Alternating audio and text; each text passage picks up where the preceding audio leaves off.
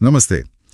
आज हम Indian polity के एक बहुत ही महत्वपूर्ण विषय भारतीय संविधान के महत्वपूर्ण अनुच्छेद पर चर्चा करने वाले हैं। जी, और ये विषय ऐसा है जो हर तरह की परीक्षाओं के लिए तो जरूरी है ही, साथ ही देश की शासन व्यवस्था को समझने के लिए भी बहुत अहम है। बिल्कुल।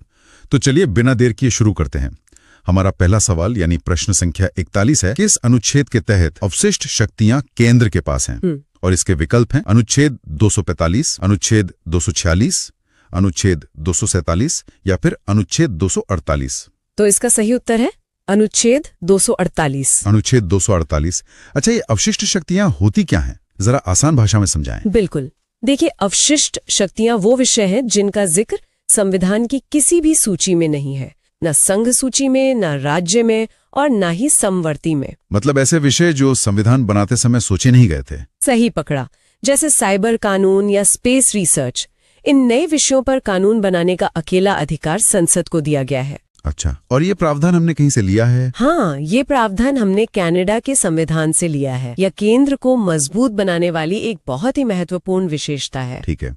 अब अगला प्रश्न 42। राज्यों द्वारा प्रार्थना करने पर भारत की संसद उन राज्यों के लिए किस अनुच्छेद के अंतर्गत कानून बना सकती है? ये एक दिलचस्प स्थिति है। विकल्प हैं अनुच्छेद 251, अनुच्छेद 252, अनुच्छेद 253 या अनुच्छेद 254। इसका सही जवाब है अनुच्छेद 252। अनुच्छेद 252 तो मतलब राज्य खुद संसद से कह सकते हैं कि हमारे लिए कानून बनाओ। जी, जब 2 या 2 से ज्यादा राज्यों के विधानमंडल ऐसा प्रस्ताव पास करके संसद से अनुरोध करते, तब संसद उनके लिए कानून बना सकती है।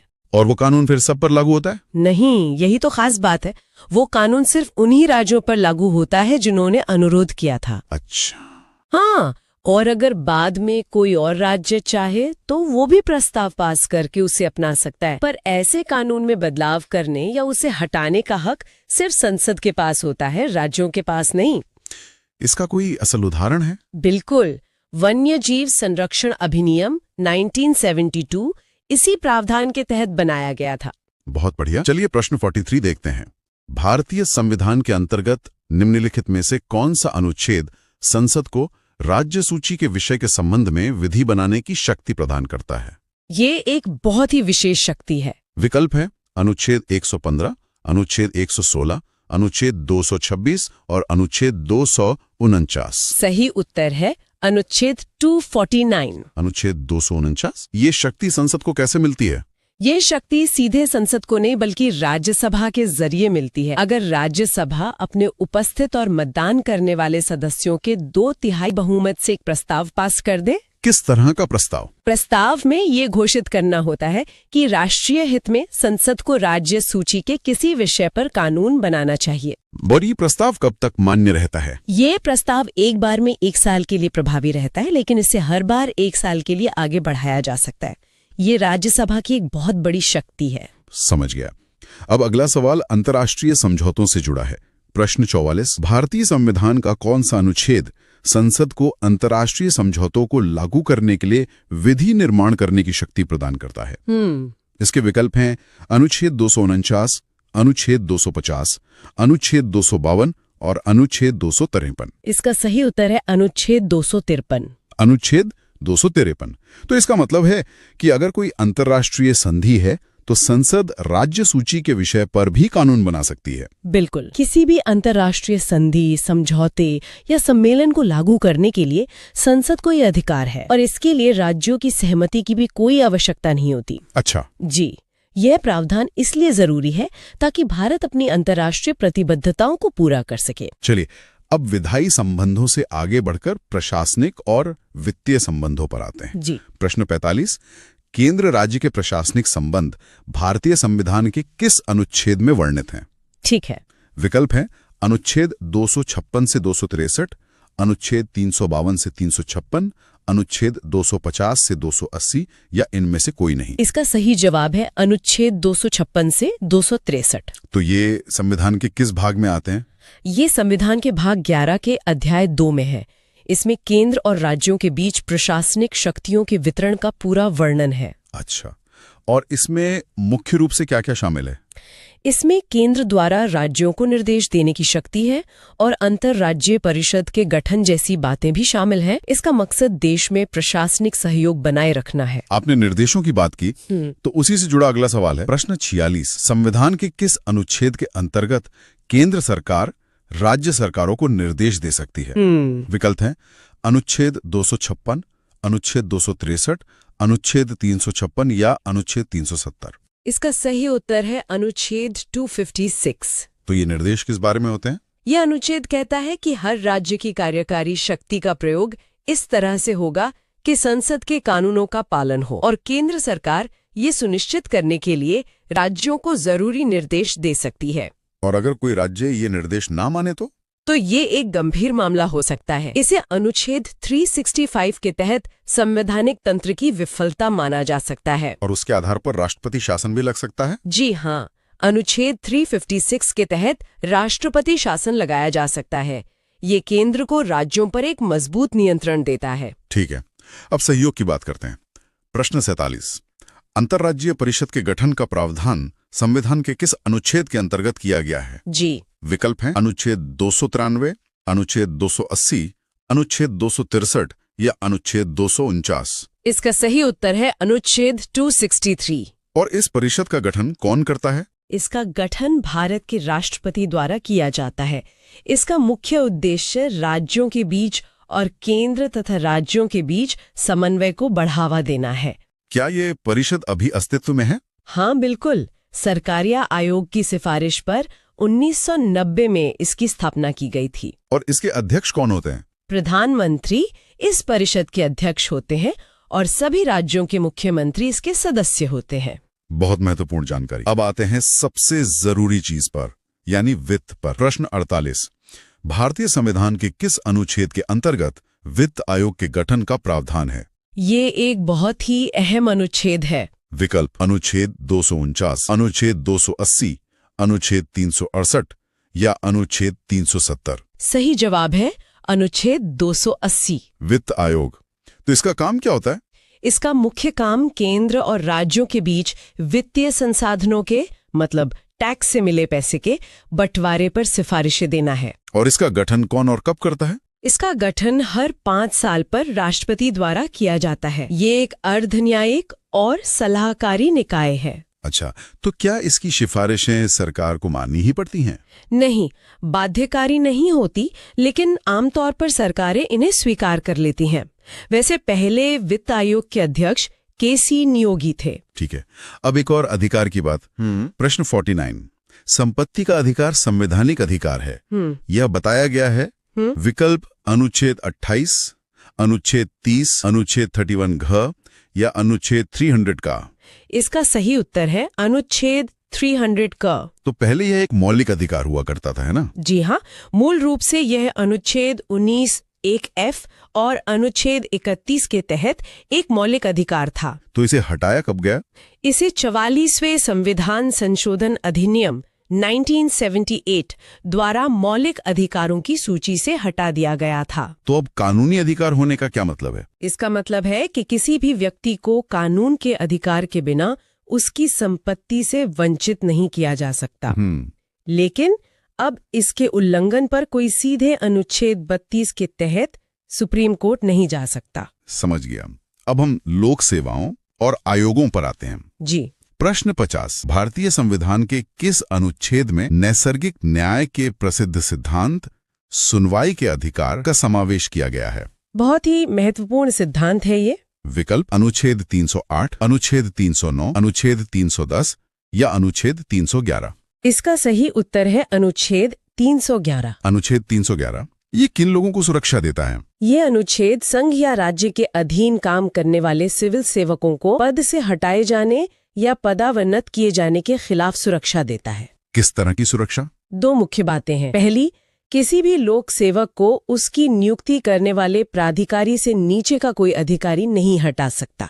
और दूसरी और सबसे जरूरी कि कोई भी कार्रवाई करने से पहले उस लोक सेवक को अपने खिलाफ लगे आरोपों की जानकारी दी जाएगी और सुनवाई का पूरा अवसर दिया जाएगा। इसे दूसरे पक्ष को भी सुनो का सिद्धांत कहते हैं। ठीक है, अब अगला सवाल। प्रश्न 51। भारतीय संविधान का कौन सा अनुच्छेद नई अखिल भारतीय सेवा की स्थापना का प्रावधान करता है? ये भी राज्यसभा से जुड़ी एक विशेष शक्ति है। विकल्प हैं अनुच्छेद 311, अनुच्छेद 312, अनुच्छेद 313 या अनुच्छेद 314। सही उत्तर है अनुच्छेद 312। तो नई अखिल भारतीय सेवा बनाने की शक्ति केवल राज्यसभा के पास है? जी, अगर राज्यसभा अपने उपस्थित और मतदान करने वाले सदस्यों के कम से कम 2/3 बहुमत से प्रस्ताव पारित करती है तो संसद नई अखिल भारतीय सेवा का गठन कर सकती है। अच्छा, और अभी कितनी अखिल भारतीय सेवाएं हैं? अभी 3 हैं। भारतीय प्रशासनिक सेवा IAS, भारतीय पुलिस सेवा IPS और भारतीय वन सेवा IFS। भारतीय वन सेवा भी इसी अनुच्छेद के तहत बनी थी? बिल्कुल। भारतीय वन सेवा का गठन 1966 में इसी अनुच्छेद के तहत किया गया था। बढ़िया। प्रश्न 52, संविधान के किस अनुच्छेद द्वारा लोक सेवाओं को संरक्षण प्रदान किया गया है? ये सवाल पिछले एक सवाल से जुड़ा हुआ है। विकल्प अनुच्छेद 310, अनुच्छेद 311, अनुच्छेद 312 या अनुच्छेद 315। सही उत्तर है अनुच्छेद 311। तो ये वही सुनवाई के अधिकार वाला संरक्षण है। जी हाँ, जैसा हमने बात की, ये सिविल सेवकों को मनमाने ढंग से हटाए जाने के खिलाफ सुरक्षा देता है। और ये अनुच्छेद 310 से कैसे अलग है? अनुच्छेद 310 में प्रसाद का सिद्धांत है, मतलब लोक सेवक राष्ट्रपति या राज्यपाल के प्रसाद पर्यंत पद पर रहते हैं। अनुच्छेद 311 उस सिद्धांत पर एक सीमा लगाता है और प्रक्रियात्मक सुरक्षा देता है। मतलब उन्हें बिना किसी डर के काम करने में मदद करता है। सही कहा आपने। अगला सवाल, प्रश्न 53, संविधान के किस अनुच्छेद द्वारा संघ और राज्यों के लिए लोक सेवा आयोग का प्रावधान किया गया है? विकल्प है अनुच्छेद 310, अनुच्छेद 312, अनुच्छेद 313 या अनुच्छेद 315। इसका सही जवाब है अनुच्छेद 315। अनुच्छेद 315, तो इसमें UPSC और स्टेट PSC दोनों का प्रावधान है। जी। यह अनुच्छेद संघ के लिए एक संघ लोक सेवा आयोग UPSC और हर राज्य के लिए एक राज्य लोक सेवा आयोग SPSC का प्रावधान करता है। और इनके सदस्यों की नियुक्ति कौन करता है? संघ के मामले में राष्ट्रपति और राज्य के मामले में राज्यपाल द्वारा की जाती है। इनका मुख्य काम सरकारी सेवाओं के लिए भर्ती परीक्षाओं का आयोजन करना है। ठीक है। अब प्रश्न 54, ये भी पिछले सवाल से जुड़ा है। संविधान का अनुच्छेद 312 संबंधित है? जी। विकल्प हैं अखिल भारतीय सेवाओं से, प्रवक्ताओं से, हिंदी भाषा से या राष्ट्रपति से। इसका उत्तर तो अब हम जानते हैं, ये अखिल भारतीय सेवाओं से संबंधित है। बिल्कुल। हाँ, और इन सेवाओं के बारे में एक बात और है कि इनके सदस्य केंद्र और राज्य दोनों सरकारों के अधीन काम करते हैं। लेकिन अंतिम नियंत्रण किसका होता? अंतिम नियंत्रण केंद्र सरकार का होता है, भले ही वो राज्य सरकार के तत्काल नियंत्रण में काम कर रहे हों। सरदार वल्लभ भाई पटेल को अखिल भारतीय सेवाओं का जनक भी माना जाता है। बहुत खूब। अब UPSC के कार्यों पर आते हैं।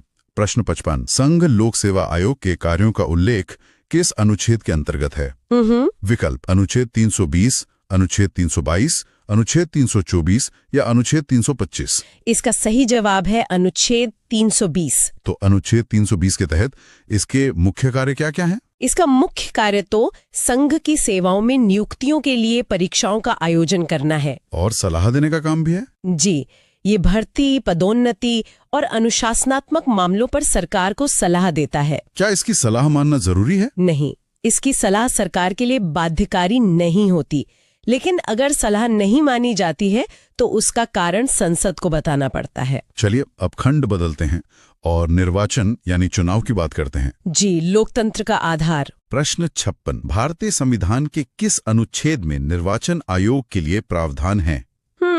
विकल्प अनुच्छेद 320, अनुच्छेद 322, अनुच्छेद 324 या अनुच्छेद 326। इसका सही उत्तर है अनुच्छेद 324। सिर्फ तो भारत का निर्वाचन आयोग एक संवैधानिक निकाय है। जी हाँ, एक स्वायत्त और संवैधानिक निकाय। यह संसद, राज्य विधानमंडलों, राष्ट्रपति और उपराष्ट्रपति के चुनावों का संचालन करता है। और इसमें कितने सदस्य होते हैं? इसमें एक मुख्य चुनाव आयुक्त और 2 अन्य चुनाव आयुक्त होते हैं, जिनकी नियुक्ति राष्ट्रपति द्वारा की जाती है। ठीक है। अब प्रतिनिधित्व से जुड़ा एक सवाल। प्रश्न 57, लोकसभा में एंग्लो इंडियन समुदाय के प्रतिनिधित्व के लिए प्रावधान संविधान में किस अनुच्छेद के अंतर्गत किया गया है? किया गया था कहना शायद अब ज्यादा सही होगा। अच्छा, विकल्प हैं अनुच्छेद 331, अनुच्छेद 221, अनुच्छेद 121 या अनुच्छेद 139। इसका सही उत्तर है अनुच्छेद 331। तो आपने था क्यों कहा? क्या ये प्रावधान अब नहीं है? जी, अब ये प्रावधान समाप्त कर दिया गया है। पहले राष्ट्रपति समुदाय के 2 सदस्यों को मनोनीत कर सकते थे अगर उन्हें लगता कि प्रतिनिधित्व पर्याप्त नहीं है। तो इसे कब समाप्त किया गया? इसे 104वें संविधान संशोधन अधिनियम 2019 द्वारा जनवरी 2020 से समाप्त कर दिया गया है। अब लोकसभा में कोई मनोनयन नहीं होता। ये एक बड़ा बदलाव है। हाँ, और ऐसा ही प्रावधान राज्यों की विधानसभाओं के लिए अनुच्छेद 333 में था, जिसे भी समाप्त कर दिया गया है। ठीक है, अगला सवाल, प्रश्न 58। अनुसूचित जातियों और अनुसूचित जनजातियों के लिए एक राष्ट्रीय आयोग गठित करने का प्रावधान संविधान के किस अनुच्छेद के अंतर्गत किया गया है?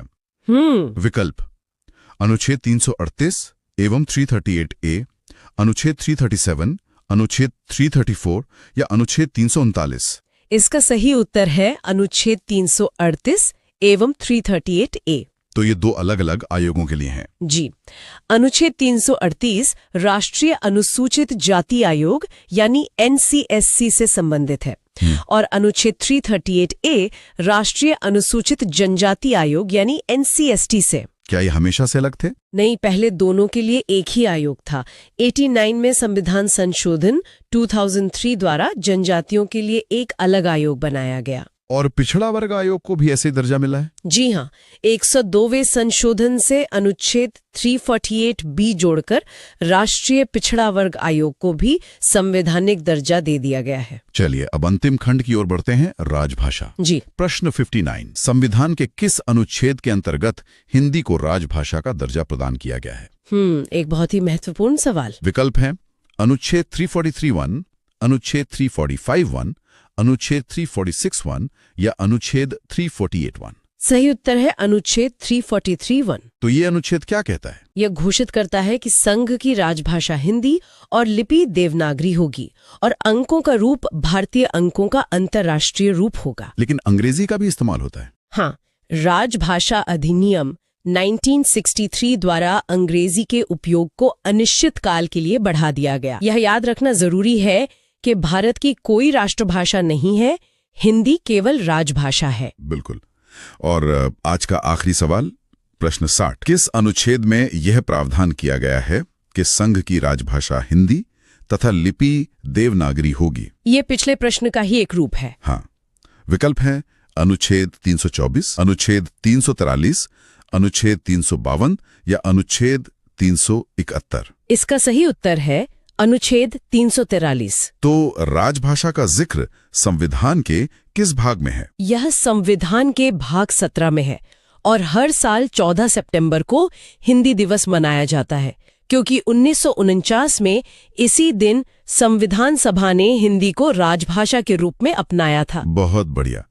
तो आज हमने देखा भारतीय संविधान के महत्वपूर्ण अनुच्छेद से जुड़े सभी महत्वपूर्ण प्रश्न। जी, और उम्मीद है कि श्रोताओं को ये चर्चा उपयोगी लगी होगी। के तहत वित्तीय आपातकाल, फाइनेंशियल इमरजेंसी लगाया जा सकता है। अगर ये जानकारी अच्छी लगी हो तो इसे लाइक करें, शेयर करें और चैनल को सब्सक्राइब कर लें। जी, आज के लिए इतना ही। बहुत जल्द मिलते हैं एक नए विषय के साथ। नमस्कार। नमस्कार।